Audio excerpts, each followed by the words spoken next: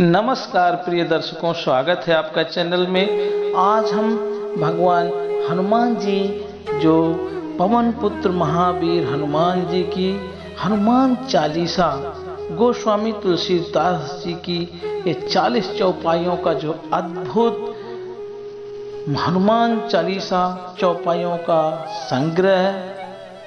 मित्रों, हम हनुमान चालीसा के महात्म के और हनुमान जी की महिमा का बखान रूपी यह वीडियो लेकर आए हैं। मित्रों, आप सभी जानते हैं श्री रामचरितमानस के पश्चात गोस्वामी तुलसीदास जी की यदि कोई सर्वाधिक लोकप्रिय रचना है तो वह है श्री हनुमान चालीसा।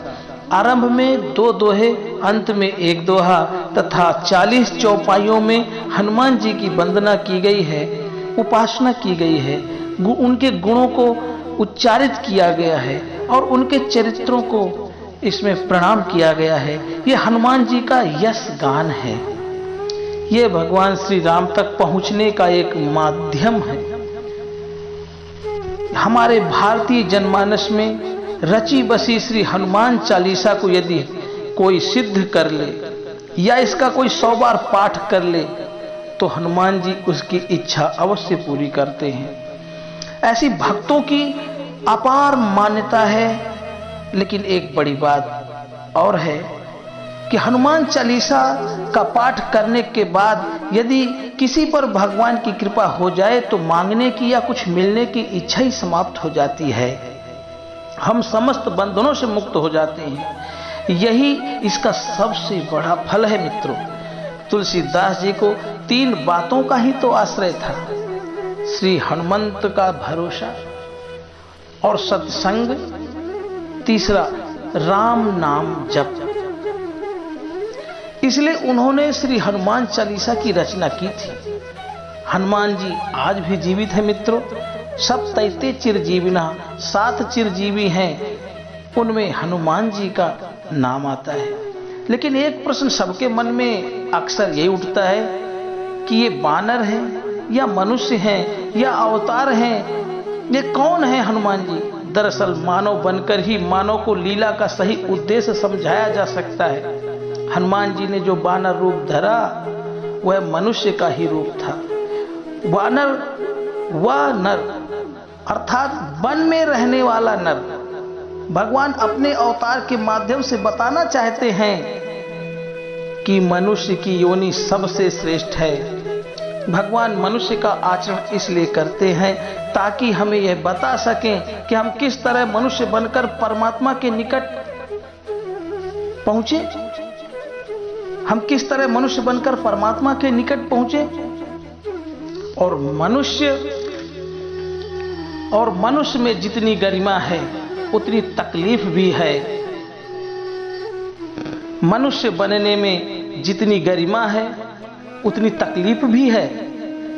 मनुष्य और जानवर में एक बड़ा फर्क यह है, जानवर यदि श्रेष्ठ बन जाए तो भी रहेगा तो मित्रों जानवर ही।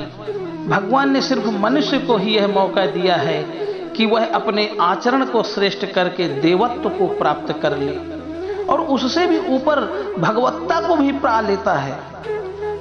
अपनी ही सीमाओं के पार जाने की असीम संभावनाएं, एक बार सुन लीजिए दोबारा मित्रों, अपनी ही सीमाओं के पार जाने की असीम संभावनाएं सिर्फ और सिर्फ केवल मनुष्य योनि में है। मनुष्य योनि में गौरव के साथ यातना और पीड़ा की बात यह है कि काम, क्रोध, मद, लोभ ये दुर्गुण भी मनुष्य को ही सताते हैं, पशुओं को नहीं सताते। अब प्रश्न यह है कि जब इन दुर्गुणों से घिर जाएं तो कैसे बचें?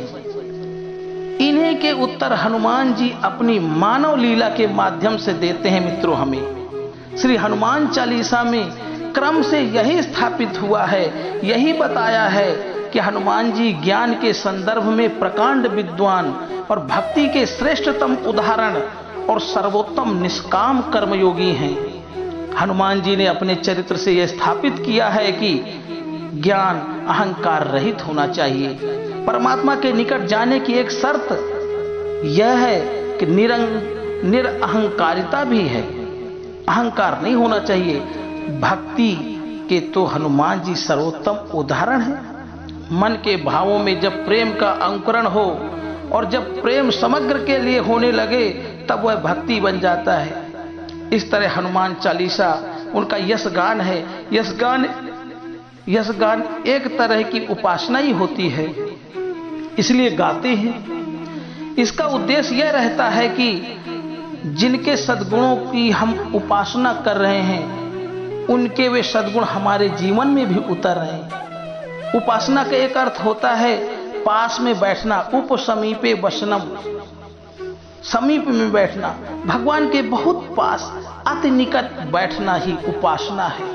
लेकिन शर्त यह है कि उपासना स्वयं की जाए, स्वयं भगवान के निकट बैठें, तब वह उपासना होगी। उपासना कोई एक यांत्रिक क्रिया नहीं है, उपासना स्वयं ही करनी पड़ती है। आज हमारा सब कुछ तो यंत्रवत हो गया है। इस यंत्रवत की पूजा एक आदत सी हो गई है। पूजा स्वभाव होना चाहिए, आदत नहीं होना चाहिए। आदत और स्वभाव में बहुत फर्क होता है। अच्छी आदतें सामाजिक व्यवस्था हैं और स्वभाव आध्यात्मिक प्रक्रिया है। इसलिए अच्छी आदतों को तो स्वीकार किया जाए, परंतु स्वभाव को साधा जाना चाहिए। संतों का कहना है परमात्मा आदत से नहीं स्वभाव से मिलता है। श्री हनुमान चालीसा के प्रति अनेक प्रश्न उठाते हैं। कुछ लोगों का मत यह है कि यह 6 पग तुलसीदास जी की रचना ही नहीं है, क्योंकि बहुत सरल लिखी हुई है। यह बात सही है कि श्री हनुमान चालीसा की जो भाषा है वो बहुत सरल है मित्रों। विद्वानों द्वारा इसकी बहुत अधिक व्याख्या भी नहीं की गई, लेकिन अगर करना चाहो तो एक एक चौपाई में मित्रों इसमें PhD जिंदगी बीत जाएगी। लेकिन संतों का कहना है कि श्री रामचरितमानस श्री हनुमान चालीसा का ही विस्तार है।